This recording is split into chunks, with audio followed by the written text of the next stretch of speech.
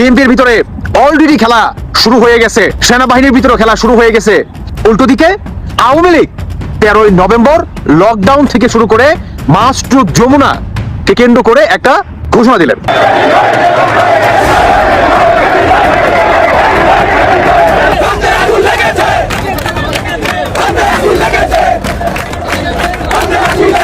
পরিষ্কার বলেছেন কর্মসূচিগুলি সফল করতে হবে, রাস্তায় নামতে হবে, যার যা কিছু আছে তাই নিয়ে ঝাঁপিয়ে পড়তে হবে। এই লড়াই এমন একটি পর্যায়ে এসেছে, এটি কিন্তু ৭১-এর চেয়েও একটি শক্ত লড়াই, শক্ত যুদ্ধ। কাজে আমাদের নেতা কর্মীদেরকে বুঝতে হবে লড়াই ছাড়া আমাদের কোনো পথ নেই। আওয়ামী লীগের 11, 12, 13 তারিখে ঢাকা লকডাউন, এর আগে আপনারা জানেন যে সেনাবাহিনী মাঠে ছিল, সেনাবাহিনীও আংশিক উঠে যাচ্ছে। আওয়ামী লীগ খুব শীঘ্রই বাংলাদেশের রাজনীতিতে অবাধে রাজনীতির সুযোগ পাবে, সেই আলামত চারিদিকে সুস্পষ্ট। 13 তারিখ হচ্ছে মাঠ ফাঁকা, বাংলাদেশ পুলিশকে বলে দেওয়া হয়েছে তোমাদের কি কর্তব্য, কি করবে না করবে। সুতরাং এবার আপনারা রাস্তায় রাস্তায় লাঠি সোটা নিয়ে বেরিয়ে পড়ুন, কেউ আপনাদের বাধা দেওয়ার নেই, কেউ আপনাদের অ্যারেস্ট করার নেই। ইউনূস মহাজনের আসলে শিরের সংক্রান্তি দশা, সেনাবাহিনীও ডক্টর ইউনূসকে ছেড়ে যাচ্ছে। চূড়ান্ত ভাবে সেনাবাহিনী ইউনূস সরকারের অপশাসনের ভাগিদার হওয়া থেকে নিজেদের তুলে নিচ্ছে বলে নিশ্চিত করা গেছে। এমনকি একথাও জোর দিয়ে বলা হচ্ছে যে অংশগ্রহণমূলক নির্বাচন না হলে তাতেও সেনাবাহিনী থাকবে না। ইউনূসের দিন তাহলে কি সত্যি ফুরিয়ে আসে? নভেম্বর মাসকে কেন্দ্র করে বড় ধরনের একটা ঘটনা আমাদের বাংলাদেশে অচিরেই ঘটতে যাচ্ছে। ইতিমধ্যেই আপনারা দেখলেন, মানে বিএনপির ভিতরে অলরেডি খেলা শুরু হয়ে গেছে, সেনাবাহিনীর ভিতরে খেলা শুরু হয়ে গেছে। দীর্ঘ 15 মাস পরে রাষ্ট্রপতি শাহাবুদ্দিন চুপ্পু উনিও তার নিজ জেলায় 4 দিনের সফরে যাচ্ছে পাবনাতে।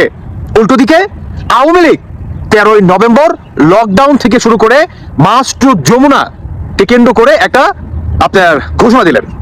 এখন আওয়ামী লীগ এটাতে কতটুকু সাকসেস হবে আমি আপনাদেরকে এটাও নিশ্চিতভাবে বলে দিতে চাই। আওয়ামী লীগের এই মাস টু যমুনাকে কেন্দ্র করে দারুণ ভাবে সফল পাবে, দারুণ ভাবে, মানে আপনার কল্পনা নাই কি পরিমাণে সফল পাবে। আমি ডিরেক্ট পয়েন্টে আসি, তার আগে ছোট্ট এই ভিডিওটি দেখেন, তাহলে আরো ভালোভাবে আপনাদের আইডিয়া হয়ে যাবে।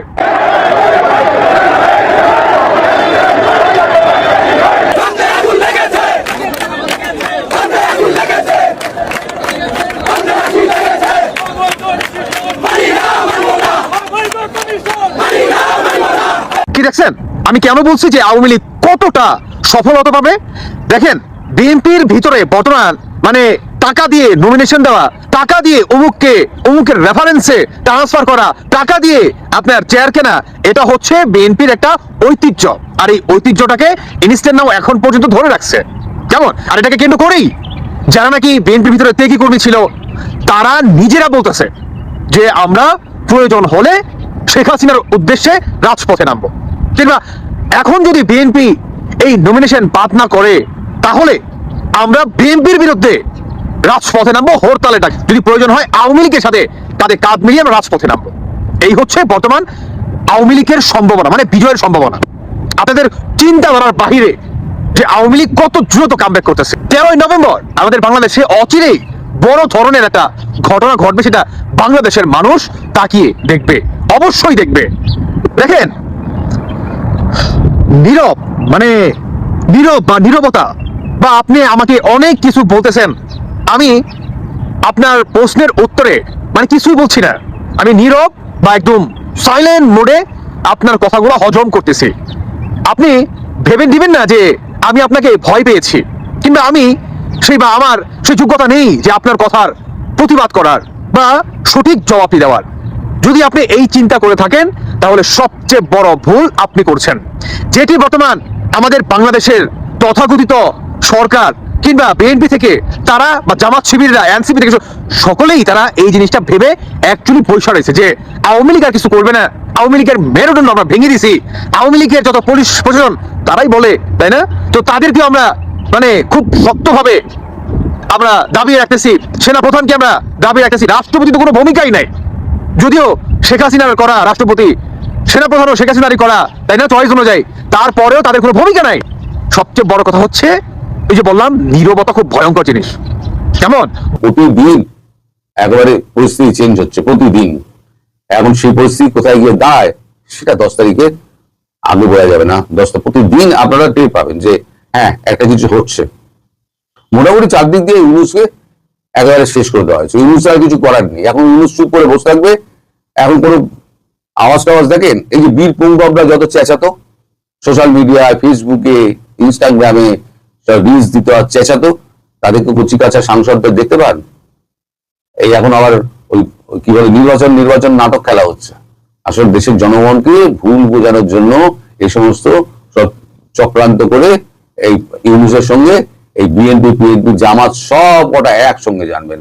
এরা চায় যে বাবা ইউনুস থাকুক, আমরা লুটে পুটে খাই। বাংলাদেশটা হচ্ছে লোটার জায়গা। কেউ বাংলাদেশকে ভালোবাসে না, কেউ বাংলাদেশকে করার জন্য আসেনি। বাংলাদেশের জন্য সত্যি যদি কেউ কিছু চেয়ে থাকে, ভালো চেয়ে থাকে, পুরো ভারত থেকে চেয়ে থাকে, তাহলে সে হচ্ছে শেখ হাসিনা। তো যাই হোক, এখন এগুলো নাটকবাজি বাইরে এগুলো দেখে কখনো ভাববেন না যে এগুলো সত্যি সত্যি হচ্ছে। কিচ্ছু হচ্ছে না, সব কটা ভয় আছে। এখন উপদেষ্টায় দেখবেন সব কটা এখন কে পদত্যাগ করবে তার লাইন লেগে গেছে, কে পদত্যাগ করবে আর কে পালাবে সে গল্পটা আমি করেছি। তো চারদিকে খবরের তো ঘোরো ঘটা চলছে, এর মধ্যে খবরটা ডেভেলপ করছে। আমার তো এখন মনে হয় দিনে 3-4টে করে ভিডিও করতে হবে, যা অবস্থা দেখছি এখন চারদিকে। মানে এত এত খবর সবসময় ডেভেলপ করছে, সব সময়। আর আপনারা একটুখানি খোঁজ খবর নেবেন, আপনারা সেনাপ্রধান হেলিকপ্টারে চড়ে কেন গেছিলেন এতে কি বলে আপনারা বান্দারবন বলে তো, যেটা আপনার উত্তরবঙ্গের চট্টগ্রামের আশেপাশে, ওইখানে কেন গিয়েছিলেন হেলিকপ্টারে চড়ে পরিদর্শন করতে?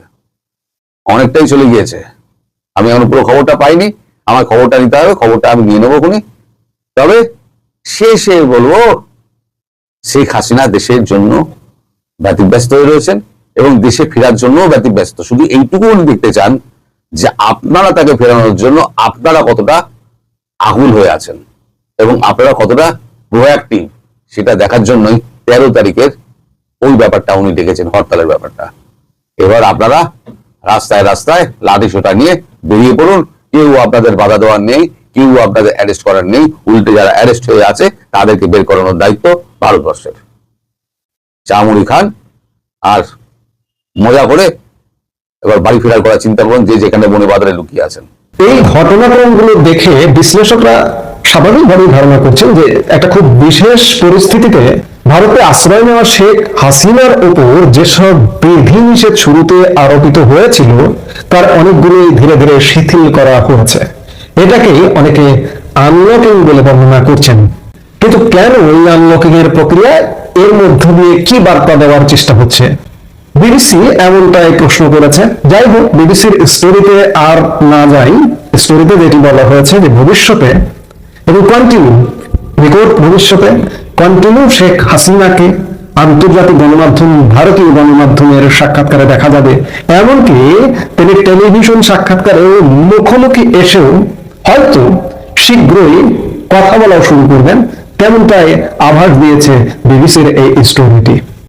অর্থাৎ শেখ হাসিনা আসলে কখনোই ভারতে অবরুদ্ধ ছিলেন না, ভারতে তিনি উন্মুক্তই ছিলেন। শুধুমাত্র নিরাপত্তা জনিত কারণে যতটুকু ঢেকে থাকা ততটুকুই ঢেকেছিলেন, কিন্তু সামনের দিনগুলোতে হয়তো আর থাকবেন না। আমি খানিক আগে বললাম যে লকডাউন তো একসময় উঠে যায়, লকডাউন উঠে গেছে, শেখ হাসিনার কার্যক্রম শুরু হয়ে গেছে।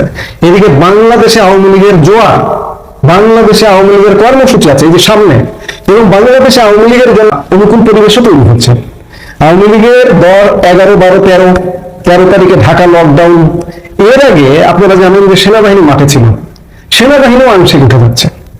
দেশি বিদেশি নানা রকম চাপে আওয়ামী লীগের জন্য পরিস্থিতি ক্রমেই অনুকূলে আসছে এবং আওয়ামী বিরোধী বাংলাদেশের যে বাকি রাজনৈতিক দলগুলো আছে সবগুলো, এরা শুধু আওয়ামী বিরোধী বললে এদেরকে ভুল হবে।